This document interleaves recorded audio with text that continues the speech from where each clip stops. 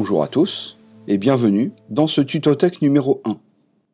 Ce nouveau format court vous donnera régulièrement des astuces de raccordement ou de paramétrage sur nos produits pour gagner du temps sur vos installations. Aujourd'hui, nous allons voir comment raccorder une sirène Septam, une 900SI ou 900SX, sur une centrale Harmonia 3. Ce n'est pas très compliqué, mais c'est une question que vous nous posez très souvent et qui devrait faire gagner du temps à beaucoup d'entre vous. Pour ouvrir la sirène, il suffit d'enlever la vis se situant devant, en bas du capot.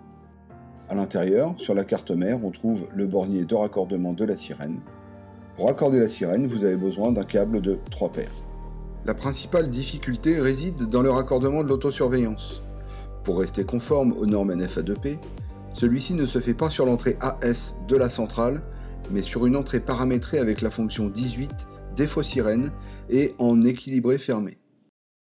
Commencez par placer la batterie et brancher les cosses en prenant soin de commencer par la borne négative, le câble bleu.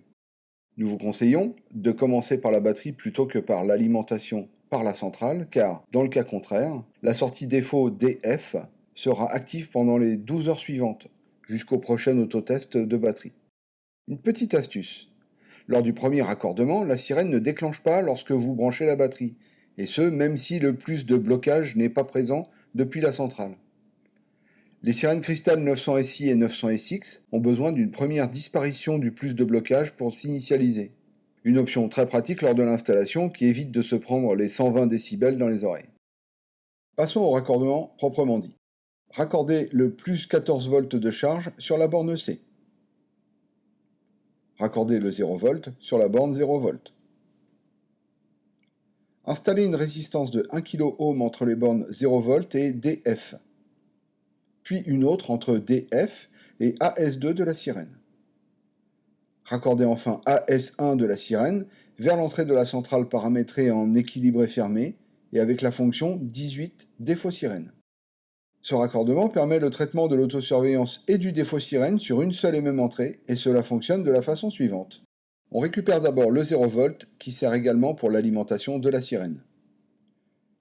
Ce 0 V est renvoyé sur la sortie DF par la carte de la sirène quand elle n'a pas détecté de défaut en interne.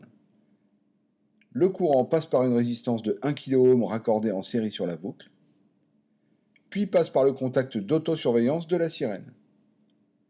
La centrale mesure une valeur de 1 kΩ sur l'entrée équilibrée fermée. L'interprétation de cette valeur par la centrale est « pas de défaut ». Deuxième cas de figure, défaut sirène.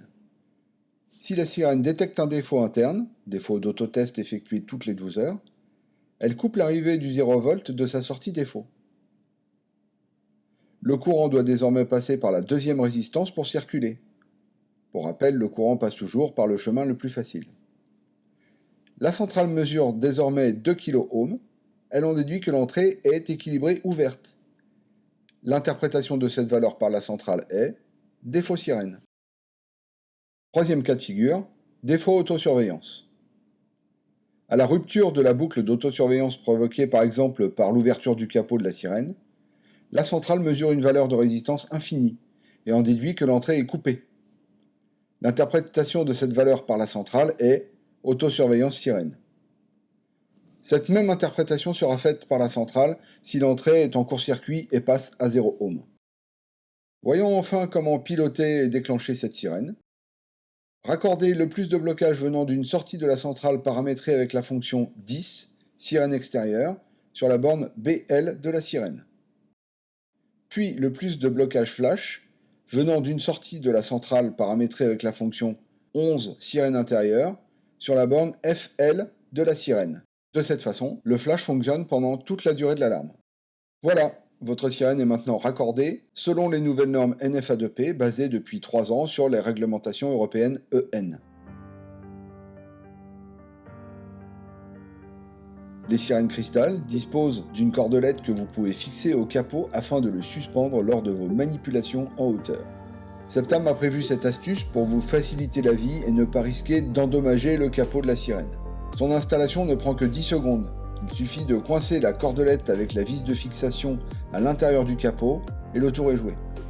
Vous pouvez accrocher le capot sans risque de le faire tomber. Pratique, non ? Merci à tous d'avoir suivi cette vidéo. Pensez à vous abonner et activer la cloche pour ne pas manquer les prochains Tutotech et vivre en sécurité.